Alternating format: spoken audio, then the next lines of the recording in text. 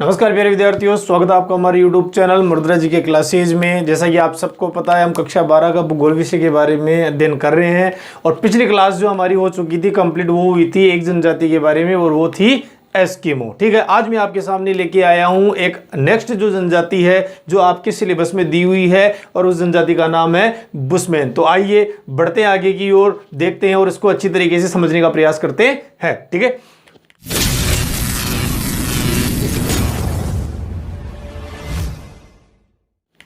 तो देखिए बात कर रहे हैं हम बुशमैन की। बुशमैन जनजाति कहाँ रहती है, किस क्षेत्र में निवास करती है, किस प्रकार इसका रहन सहन है, खान पीन है, किस प्रकार की समाज संस्कृति है, किस प्रकार का वातावरण समायोजन है, किस प्रकार से ये है जो इस प्रकार के कठिन परिस्थितियों में निवास करके और अपना जीवन यापन कर रही है। ठीक है, तो आइए इसी संदर्भ में इसी टॉपिक को आगे लेके बढ़ते हैं और बहुत कुछ एक अच्छा जानने का प्रयास करते हैं। तो शुरू करते हैं बुशमैन जनजाति। बुशमैन जनजाति को पढ़ने से पहले मैं आपको कुछ मुख्य बिंदु बता देता हूं जिनके आधार पर हम बुशमैन जनजाति का डिटेल से अध्ययन करेंगे ताकि उसको समझने में किसी प्रकार की कोई समस्या नहीं आए। तो देखिए बुशमैन जनजाति को हम निम्न बिंदुओं के आधार पर अध्ययन करेंगे। एक तो अन्य नाम कि इनको किन किन नामों से और अन्य नाम है जिन नामों से इनको जाना जाता है। दूसरा है जनसंख्या कि इनकी जनसंख्या कितनी है। तीसरा है शारीरिक विशेषताएं कि इनकी शारीरिक विशेषताएं किस प्रकार की है। फिर है निवास क्षेत्र कि ये लोग कहां रहते हैं। तो मैंने आपको बताया था कि एस्किमो और बुशमैन के बारे में हम विश्व के संदर्भ में अध्ययन करेंगे। तो ये विश्व में कहां कहां निवास करते हैं, किन किन देशों में निवास करते हैं। और फिर है कालारी मरुस्थल की विशेषताएं। तो आइए एक एक बिंदु को लेते हुए आगे बढ़ते हैं और बहुत ही अच्छी तरीके से समझने का प्रयास करते हैं। जुड़े रहिए हमारे साथ, बने रहिए हमारे साथ। और जिन विद्यार्थियों को पता नहीं है कि आज यहाँ जो लाइव क्लास है जो चल रही है, ऑनलाइन क्लासें भूगोल विषय के लिए चल रही है, तो आप उनको लिंक शेयर कीजिए, उन्हें बताइए ताकि वो भी हमारे साथ जुड़े और अधिक से अधिक लाभ ले। ठीक है, तो शुरू करते हैं। अन्य नाम, तो बुशमैन जनजाति के अन्य नाम, बुशमैन जनजाति को अन्य किन किन नामों से जाना जाता है। तो देखिए बुशमैन जनजाति को अन्य नाम है सोन रवी व बसारवा। सोन रवि व बसारवा। बुशमैन जनजाति के अन्य नाम क्या है? सोन रवि व बसारवा। ठीक है, कहीं कहीं इसको सोन को कोसोन भी कहा गया है, ध्यान देंगे। कहीं कहीं कई बुक्स में इसको सोन की जगह कोसोन भी कहा गया है, तो कंफ्यूज होने की आवश्यकता नहीं है। सोन रवि व बसारवा, क्लियर। नेक्स्ट आगे बढ़ते हैं हम इनकी जनसंख्या के बारे में कि इनकी वर्तमान में जनसंख्या कितनी है। तो इनकी जनसंख्या कोई खास नहीं है, कोई ज्यादा नहीं है। इनकी जनसंख्या है लगभग 10,000, लगभग 10,000। 10,000 के आसपास क्या है इनकी बेटा जनसंख्या, क्लियर। कोई बड़ी चीज नहीं है, आराम से समझ में आ गया होगा कि अन्य नाम क्या है, सोन रवि व बसारवा, और इनकी जनसंख्या कितनी है, लगभग 10,000। ठीक है, आगे हम बात करते हैं इनकी शारीरिक विशेषताओं की। किनकी शारीरिक विशेषताओं की? बुशमैन जनजाति की शारीरिक विशेषताओं की। जैसे हमने पहले एस्किमो जनजाति की शारीरिक विशेषताएं पढ़ी थी, उसी प्रकार से बुशमैन जनजाति की शारीरिक विशेषताओं के बारे में भी जानेंगे। तो आइए देखते हैं शारीरिक विशेषताएं। मैं यहां लिख देता हूं, ये नाटे कद के होते हैं।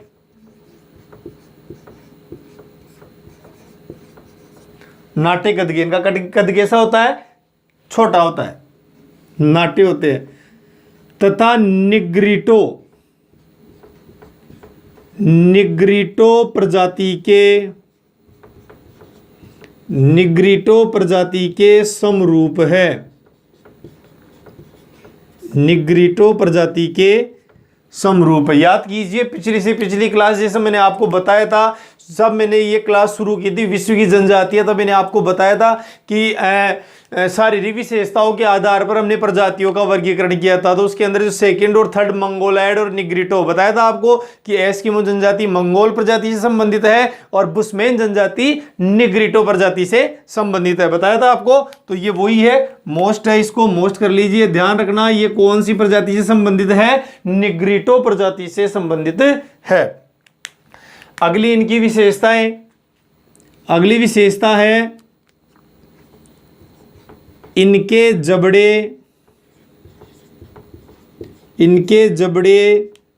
व मोटे होठ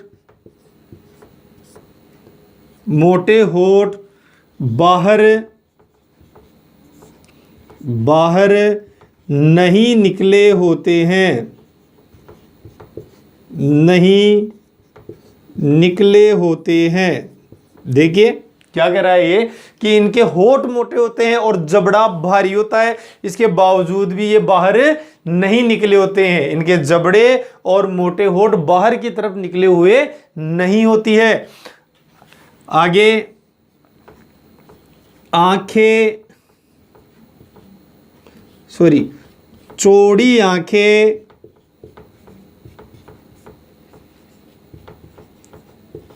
चौड़ी आंखें बाहर नहीं निकली होती है।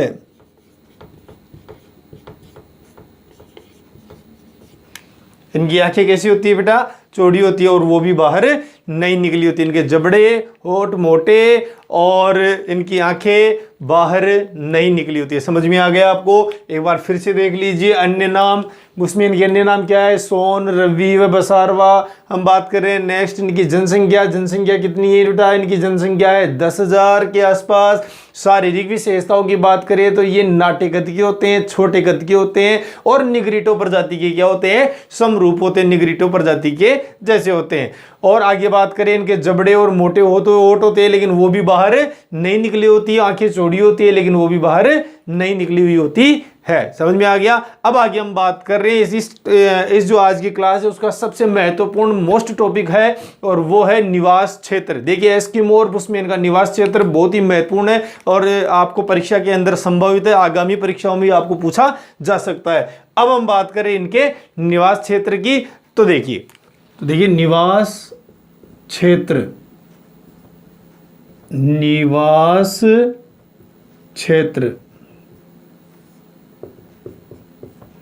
बुशमैन जनजाति के निवास क्षेत्र की बात कर रहे हैं। आइए इसको देखते हैं, मानचित्र की सहायता से समझने का प्रयास करते हैं और बहुत ही बढ़िया तरीके से आपको ये समझ में आएगा और आप कभी भी इसको भूल नहीं पाएंगे।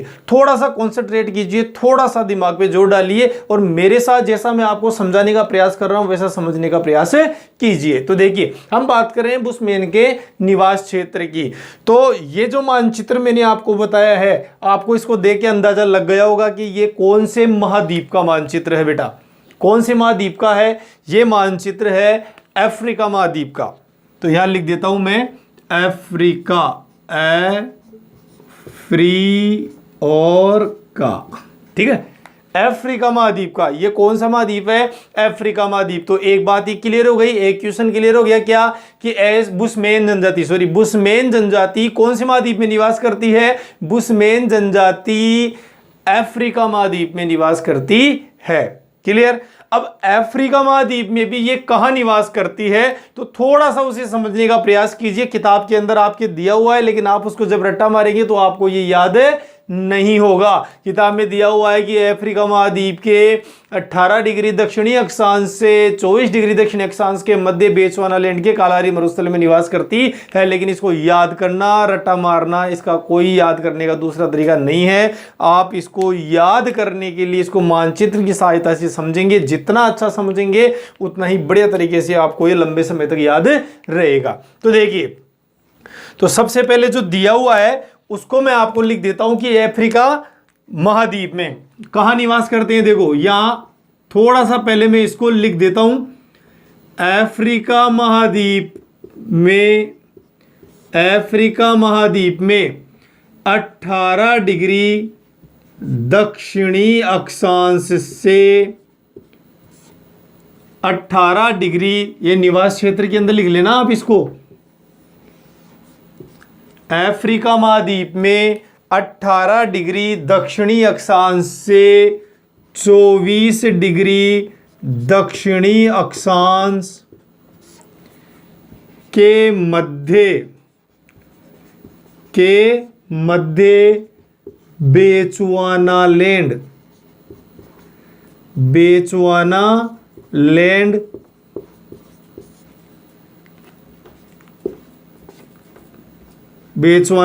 के कालाहारी मरुस्थल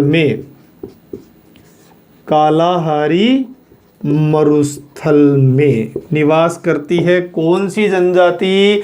बुशमैन जनजाति।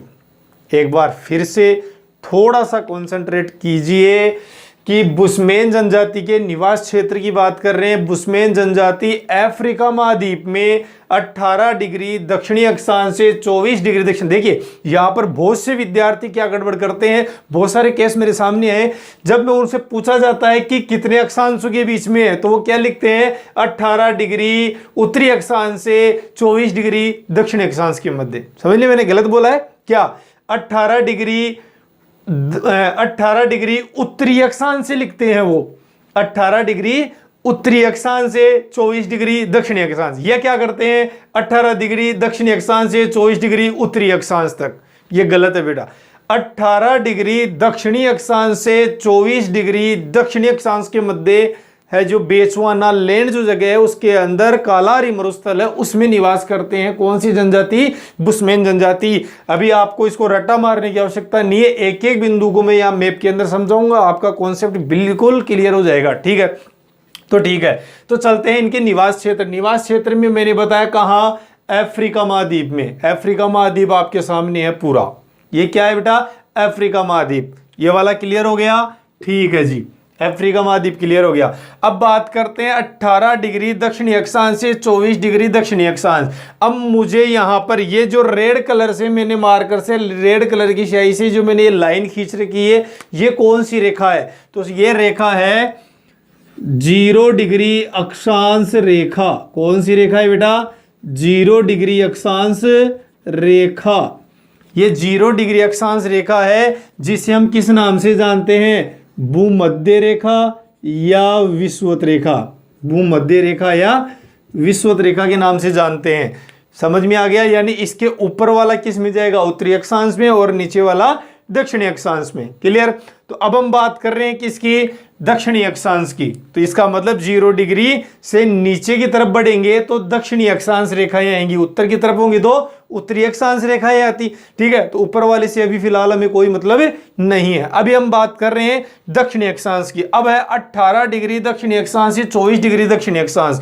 तो बताइए 18 डिग्री दक्षिणी अक्षांश पहले आएगा या 24 डिग्री? अरे ऐसे आएगा क्या? 24 डिग्री और फिर 18 डिग्री, या ऐसे आएगा 18 डिग्री या 24 डिग्री? तो देख लिए, इस कंफ्यूजन को दूर करने के लिए थोड़ा सा आप यह देखिए, ये मैंने बना दिया पूरा अपना जो वर्ड है, वो बीच में रेखा खींच दी 0 डिग्री अक्षांश रेखा, ये खींच दी 0 डिग्री। तो ऊपर की तरफ बढ़ेंगे तो 1 2 3 4 5 6 7 8 ऐसे करते हुए ऊपर 90, और नीचे की तरफ आएंगे तो 1 2 3 4 5 6 7 8 ऐसे करके 90। तो बताइए पहले 18 आएगा या 24 आएगा? पहले 18 आएगा और फिर 24 आएगा दक्षिणी अक्षांश में। पहले 18 डिग्री अक्षांश रेखा आएगी, पहले 18 डिग्री दक्षिणी अक्षांश और फिर 24 डिग्री दक्षिणी अक्षांश। लेकिन अगर आप ऊपर यही चीज ऊपर यहां पर निरूपित करते तो यहां पर पहले क्या आती? यहां ऊपर बढ़ते जब नीचे की तरफ तो क्या आती? यहां 18 डिग्री अक्षांश, ऊपर की तरफ क्या आती? 24 डिग्री अक्षांश। अरे यार देखिए ना, 0 डिग्री अक्षांश से ऊपर की तरफ 1 2 3 बढ़े तो यहां 18 और ये 24। ठीक है, लेकिन नीचे की तरफ आ रहे हैं 1 2 3 दक्षिणी अक्षांश में बताना है तो पहले 18 और फिर 24। क्लियर? किसी को कोई डाउट? ठीक है, तो देखिए, तो निवास क्षेत्र कहाँ रहते हैं? अफ्रीका महाद्वीप में। अफ्रीका महाद्वीप में कहाँ? 18 डिग्री दक्षिणी अक्षांश से 24 डिग्री दक्षिणी अक्षांश के मध्य।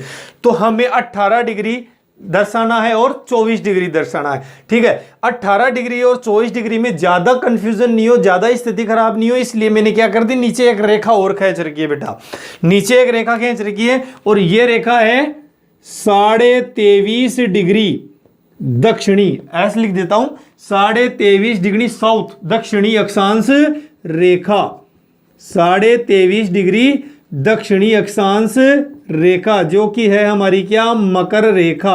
कौन सी रेखा है बेटा, मकर रेखा। अब देखो 23.5 यहां आ गया, 0 यहां आ गया, तो अब आपको पता चल गया कि 18 और 24 कहां आएगा।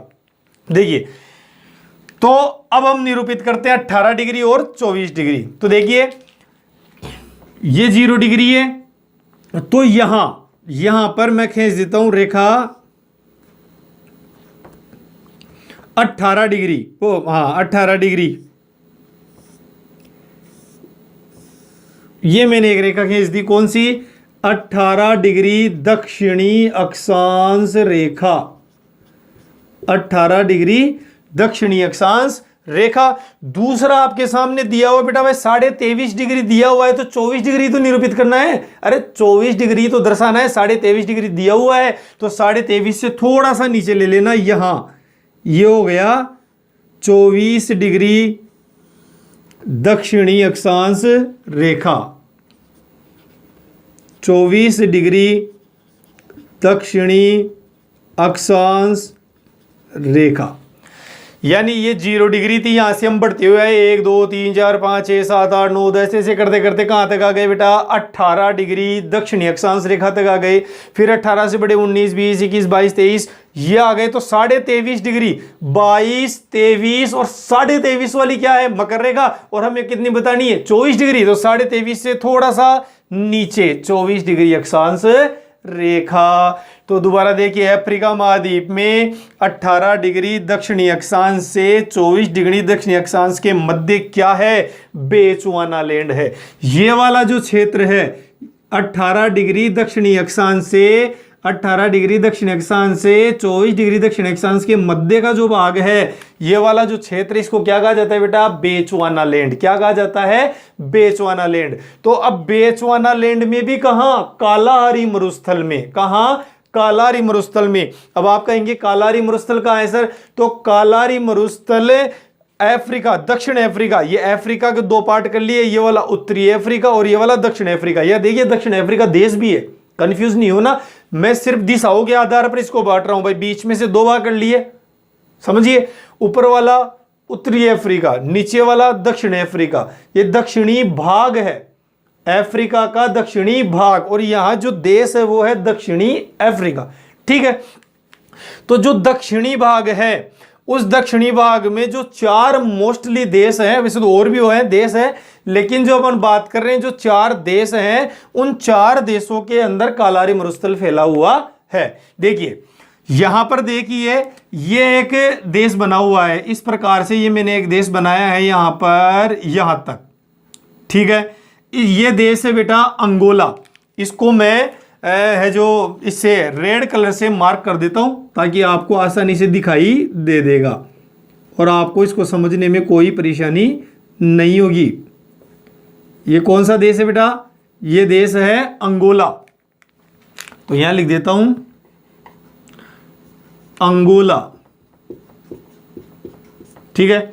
उसके बाद में आगे बढ़ते हैं, ये जो नीचे वाला है ये है दक्षिण अफ्रीका। दक्षिण अफ्रीका कौन सा देश है, दक्षिण अफ्रीका। और जो ये इस तरफ है, इसको मैं ब्लैक कर देता हूं, यह है बेटा नामीबिया, नामीबिया। और जो ये बीच में और रह गया, जिसको मैं डॉट डॉट कर देता हूं ताकि आपको समझने में परेशानी नहीं होगी, ये जो बीच में और एक देश रह गया, ये है बोत्सवाना, बोत्सवाना, ठीक है।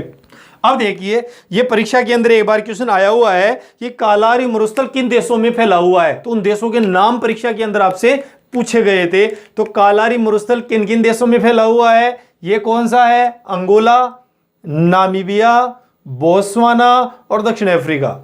समझिए, अंगोला, नामीबिया, बोत्सवाना और दक्षिण अफ्रीका के अंदर फैला हुआ है कौन सा मरुस्थल? कालारी मरुस्थल। कालारी मरुस्थल में कौन जनजाति निवास करती है? बुशमैन जनजाति निवास करती है। कितने अक्षांशों के मध्य? 18 डिग्री दक्षिणी अक्षांश से 24 डिग्री दक्षिणी अक्षांश के मध्य। समझ में आ गया? आपसे पूछा जाए बेचवानालैंड कहां स्थित है? बेचवानालैंड अफ्रीका महाद्वीप के दक्षिणी भाग में, अफ्रीका महाद्वीप के दक्षिणी भाग में 18 डिग्री दक्षिणी अक्षांश से 24 डिग्री दक्षिणी अक्षांश के मध्य बेचवानालैंड स्थित है। कालारी मरुस्थल कहां है? बेचवानालैंड में है। किन 4 देशों के मध्य है? अंगोला, नामीबिया, बोत्सवाना और दक्षिण अफ्रीका के अंदर फैला हुआ है। देखिए, अब आप कहेंगे अंगोला, अंगोला के अंदर 18 डिग्री वाली ये लाइन है, तो अंगोला का ये वाला हिस्सा आ गया, ये वाला हिस्सा आ गया, किसमें आ गया? ये वाला हिस्सा आ गया किसमें? कालारी मरुस्थल में।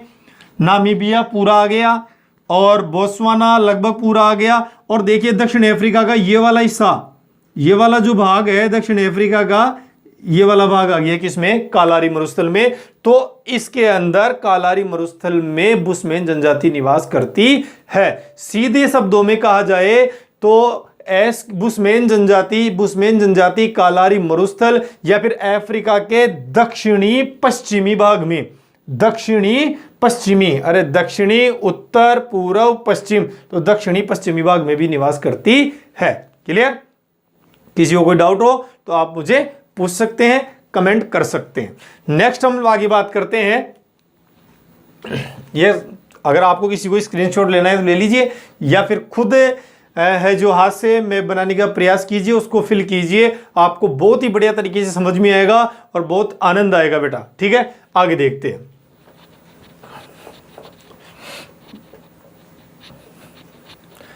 अब आगे बात करते हैं हम।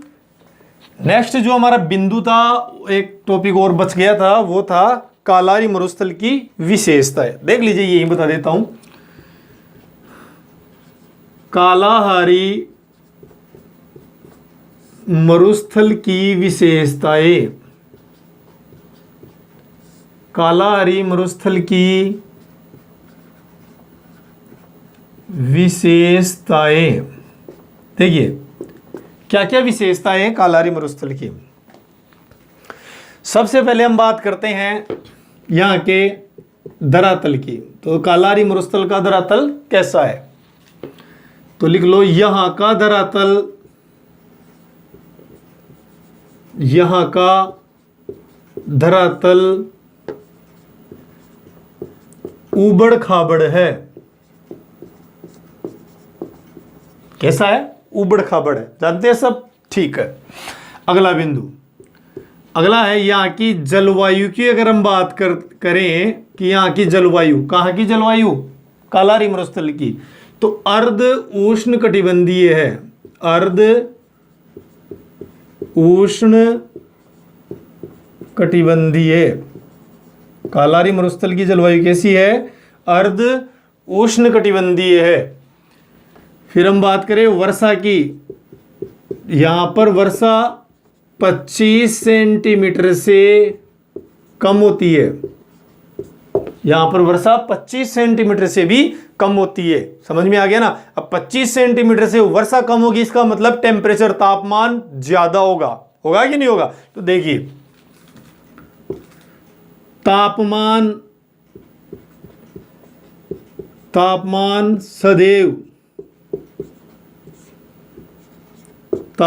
सदैव ऊंचा रहता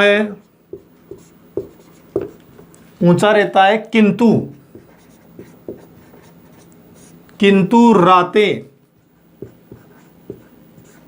किंतु रातें अपेक्षाकृत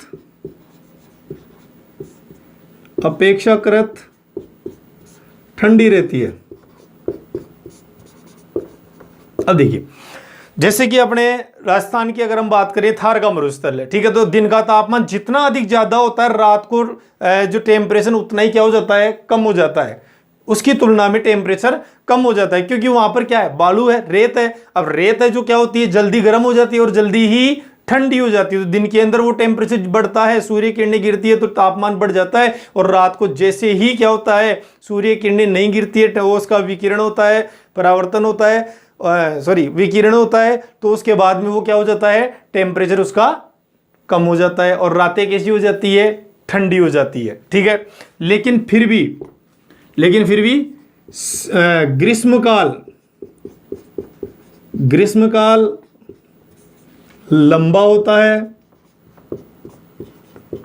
ग्रीष्मकाल लंबा होता है तथा शीतकाल की अवधि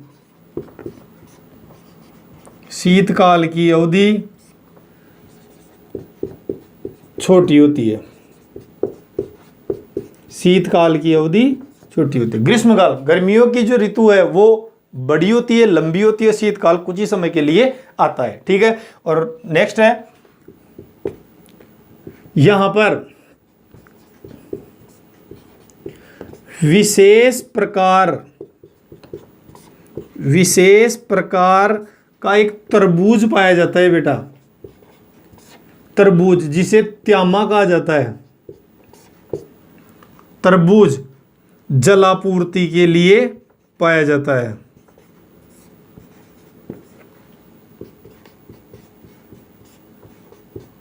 जलापूर्ति के लिए पाया जाता है। देखिए यहां पर एक तरबूज सब जानते हैं, अरे वाटरमेलन, तो तरबूज जो है वो तरबूज यहां पाया जाता है। और इस तरबूज में क्या होता है, अरे जैसे गर्मियों के अंदर हम भी तरबूज खाते हैं तो उससे क्या होता है, शरीर के अंदर जल की पूर्ति हो जाती है। शरीर में जो जल है वो जल की कमी होती है, उसको खाने से हमें ऐसा लगता है कि हाँ जैसे पेट में क्या हो गया है, पानी भर गया, होता है कि नहीं होता है, क्योंकि उसमें क्या आता है, अरे जल ही तो आता है। तो यहां पर एक विशेष प्रकार का जो तरबूज है वो तरबूज यहां पाया जाता है, लेकिन स्थानीय भाषा में, यहां की भाषा में उसे क्या कहा जाता है, त्यामा कहा जाते हैं। जो यहां के लोग सभी जीव जंतु पशु पक्षी सभी उस तरबूज को, उस त्यामा को पसंद करते हैं, क्योंकि यहाँ की जलवायु कैसी है, गर्म जलवायु, उष्ण जलवायु है। और उष्ण जलवायु के अंदर अगर इस प्रकार की कोई वस्तु मिल रही है तो वो ज्यादा पसंद की जाती है। ठीक है, और लास्ट सबसे महत्वपूर्ण बिंदु, कई बार परीक्षाओं के अंदर पूछा गया है, आप इसे नोट करेंगे और इसको याद करेंगे। अभी प्रसिद्ध राष्ट्रीय उद्यान कौन सा, एटोसा, इसको याद कर लेना भाई। एटोसा राष्ट्रीय उद्यान, एटोसा यही है। ठीक है, मतलब जो एटोसा राष्ट्रीय उद्यान है वो कहां है, आपसे प्रश्न पूछा जाएगा कि कालारी मरुस्थल में कौन सा राष्ट्रीय उद्यान है, तो आप जवाब देंगे एटोसा। ये पूछे एटोसा राष्ट्रीय उद्यान कहां है, कालाहारी मरुस्थल में है बेटा। समझ में आ गया, ये निवास क्षेत्र हो गया, ये हो गया कालाहारी मरुस्थल की। यहाँ का धरातल कैसा है, उबड़ खाबड़ है, जलवायु अर्ध उष्ण कटिबंधीय है, वर्षा 25 सेंटीमीटर से कम है, इस कारण यहाँ का तापमान क्या होता है, सदैव ऊंचा रहता है, लेकिन फिर भी रातें अपेक्षाकृत ठंडी रहती है। ग्रीष्मकाल की अवधि लंबी होती है, ग्रीष्मकाल लंबे समय के लिए होता है, शीतकाल की अवधि छोटी होती है। यहाँ विशेष प्रकार का तरबूज पाया जाता है जिसे बोलते हैं स्थानीय भाषा में त्यामा, जो सभी को पसंद है। और इसके बाद में है महत्वपूर्ण की प्रसिद्ध राष्ट्रीय उद्यान है जो एटोसा, वो कहाँ है, वो है कालारी मरुस्थल में। समझ में आ गया होगा। अब बच गया इसका जो नेक्स्ट टॉपिक, वो है बुशमैन जनजाति का आर्थिक क्रियाकलाप, जो हम नेक्स्ट क्लास के अंदर में आपके सामने लेकर उपस्थित होऊंगा। आशा करता हूं आपका आज की क्लास बहुत ही मजेदार हुई होगी, आपको बढ़िया तरीके से समझ में आया होगा। तो हमारे साथ जुड़े रहिए, बने रहिए। और भी जितने विद्यार्थी आसपास में आपके रहते हैं जिनको पता नहीं है किस प्रकार से कोई क्लास चल रही है, आप उन्हें अवगत कराइए, उनकी जानकारी में, उनकी नोटिस में लाइए कि वो हमारे साथ जुड़िए, पढ़िए। और जो ये अभी छुट्टियों का समय चल रहा है, इस समय जो क्लासें उपलब्ध नहीं हो पा रही, ऑफलाइन आप पढ़ नहीं पा रहे हैं, तो उसका जो नुकसान हो रहा है पढ़ाई का, उसकी पूर्ति आप यहाँ से आसानी से कर सकते हैं और अपने शैक्षिक स्तर को बढ़ा सकते हैं। बहुत बहुत धन्यवाद। जय हिंद।